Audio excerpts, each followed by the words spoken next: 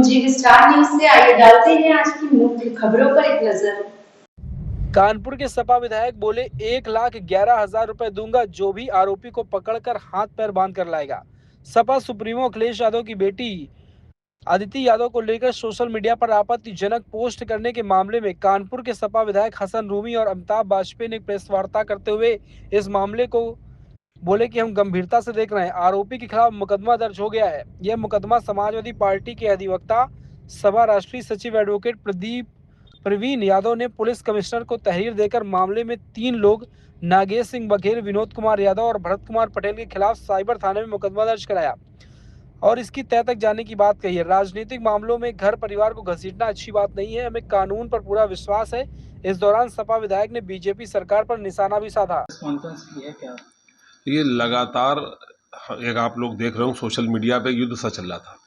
जिस दिन से राम मंदिर में जो चढ़ावा आता उसमें चोरी की बात आई और उसमें आरोप प्रत्यारोप लगे, उसी दिन एक साथ में घटना शुरू हुई कि परिवार पर टिप्पणियां करके आरोप लगा करके झूठे फोटो वायरल किए गए। सभी लोग इससे व्यथित थे, क्योंकि वो लोग जो दावा करते हैं कि विश्व में सबसे ऊंचे हैं, सबसे ज़्यादा कार्यकर्ताओं वाली पार्टी है, सबसे ज़्यादा लंबे समय तक सत्ता में लगातार रही है, वही सबसे नीचे भी साबित हुए कि राजनीति के निकृष्टतम स्तर तक उतर आए कि विरोध करने वालों के ऊपर टिप्पणी करना तो ठीक था, उनके परिवार से लेकर के बच्चों तक पर आ गए। तो एक राजनीति के सबसे निचले स्तर को छूने वाली पार्टी के खिलाफ सभी लोगों के अंदर गुस्सा था, रोष था, लेकिन उसका तरीका जो सही तरीका था वो ये कानूनी तरीका अपनाया जाए।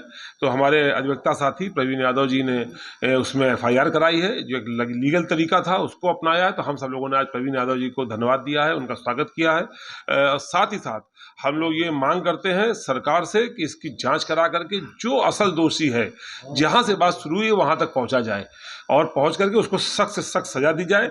इस तरह की घटनाएं की पुनरावृत्ति नहीं होनी चाहिए। राजनीतिक विरोधियों के ऊपर चारित्रिक आरोप लगाने से लेकर परिवार और परिवार के बच्चों तक जो बात नहीं पहुंचनी चाहिए, इतनी मर्यादा राजनीति में हम सबको रखनी चाहिए। कि एफआईआर हो गई, लेकिन पुलिस भी कहीं ना कहीं हीला हवाला करती है एफआईआर से, तो उस पर क्या अभी तो एफआईआर हुई है, जिन धाराओं में हुई है। हम लोग तो इतनी मांग तो करेंगे कि असली मुलजिम तक पहुंचा जाए। ये जो एआई जनरेटेड फोटोज आए किसी न किसी ने जनरेट किए होंगे, तो वहां तक पहुंचा जाए। फिर किसने फॉरवर्ड किए, किसने कमेंट किए, किसने क्या बताया, ये बात की बात है, लेकिन वहां तक पहुंचा जाए ताकि इस तरह की घटनाएं दोबारा ना हो। राजनीति का सबसे खराब स्तर है अब तक का। एक तरफ तो जहां सबकी आस्थाओं का केंद्र है राम मंदिर, वहां का चंदा चोरी हो रहा है, चढ़ावा चोरी हो रहा है, और दूसरी तरफ परिवारों में इस तरह से पहुंच रहे हैं। तो ये हम लोग राजनीति में कम से कम इतनी मर्यादा रहे कि परिवार और बच्चों के बीच में रहे। हालांकि अभी बीच में हमने भी झेला है। अभी एक घटना में मेरे भी पिता को, माता को, पत्नी को, बेटे को, सबको खींचा गया।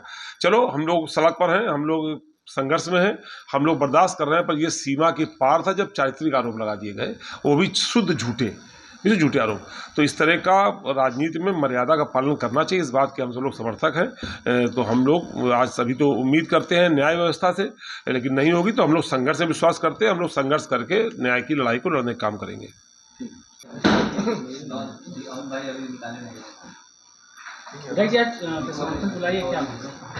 देखिए, जिस तरीके से राजनीतिक प्रतिद्वंदिता में एक मर्यादा गिरती जा रही है, भारतीय जनता पार्टी के इस राज में जात, धर्म और अब तो हद हो गई, परिवारों पर हमले हो रहे हैं। हमारे पार्टी के मुखिया आदरणीय अखिलेश यादव जी के परिवार पर जिस तरीके से एआई जनरेटेड पिक्चरों को लगाकर भ्रमित किया गया देश के अंदर, एक बहुत अशोभनीय बात है।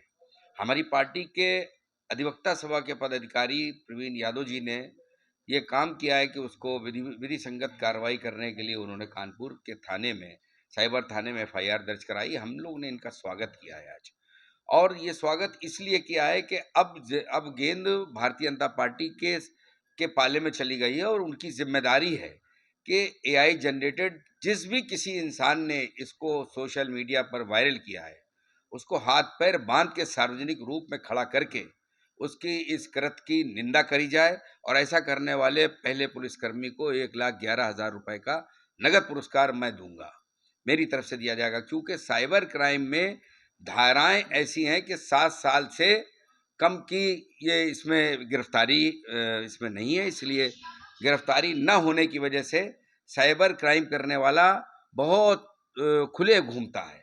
साइबर क्राइम करने वालों के लिए धाराओं को गिरफ्तारी की धाराओं में तब्दील करना चाहिए।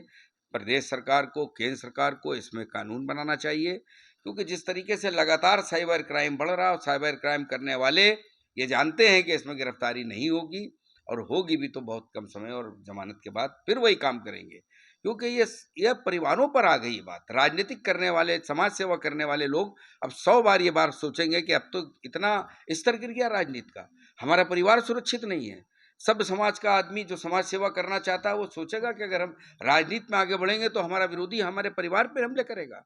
आज ऐसे लोगों को भारतीय जनता पार्टी की सरकार जो जीरो टॉलरेंस पर अपना दावा करती है, मैं उनसे मांग करता हूं कि जितना जल्दी हो सके ऐसे अपराधियों को बेनकाब करके हाथ पैर बांध के सार्वजनिक स्थान पर खड़ा किया जाए, और खड़ा करके उनको ये बताया जाए कि अगर तुम लोग हमारी सरकार में इस तरह का पुनरावृत्ति होगी तो आगे हम इस कानून में नई धाराओं का प्रावधान करेंगे और जेल भेजकर और सजा कराने का काम करेंगे। आज हम लोग यहाँ पर अपने साथी अधिवक्ता प्रवीण यादव के साथ खड़े हैं, और हम ये उम्मीद करते हैं कि सरकार जल्द से जल्द ऐसे अपराधियों को गिरफ्तार करेगी, और गिरफ्तार जब हो जाएंगे तब हम लोग चुपचाप बैठेंगे, और नहीं तो हम लोगों को आंदोलन के लिए भी बाध्य होना पड़ेगा। गिरफ्तारी नहीं हुई तो क्या करेंगे? हम लोग आंदोलन करेंगे, जो लोकतांत्रिक संवैधानिक अधिकार हमें मिले हैं हम आंदोलन करेंगे, और जब तक वो गिरफ्तार नहीं होगा, जब तक कि हम लोग की लड़ाई, कानूनी लड़ाई लड़ने चलती रहेगी। ओम प्रकाश राजभर कह रहे हैं लाल टोपी वाले और सफेद टोपी वाले। देखिए, उनको तो उनकी पार्टी सीरियस नहीं लेती, उनको उल जलूल बयानों के लिए जाना जाता है, और वो उल जलूल बयान देकर अपनी पहचान बनाएं, और इसके अलावा उनकी मानसिकता भी नहीं उभरी है। वही छोटी मानसिकता के छोटे बयान देते हैं, तो हमें उनके बारे में क्या बात करनी है।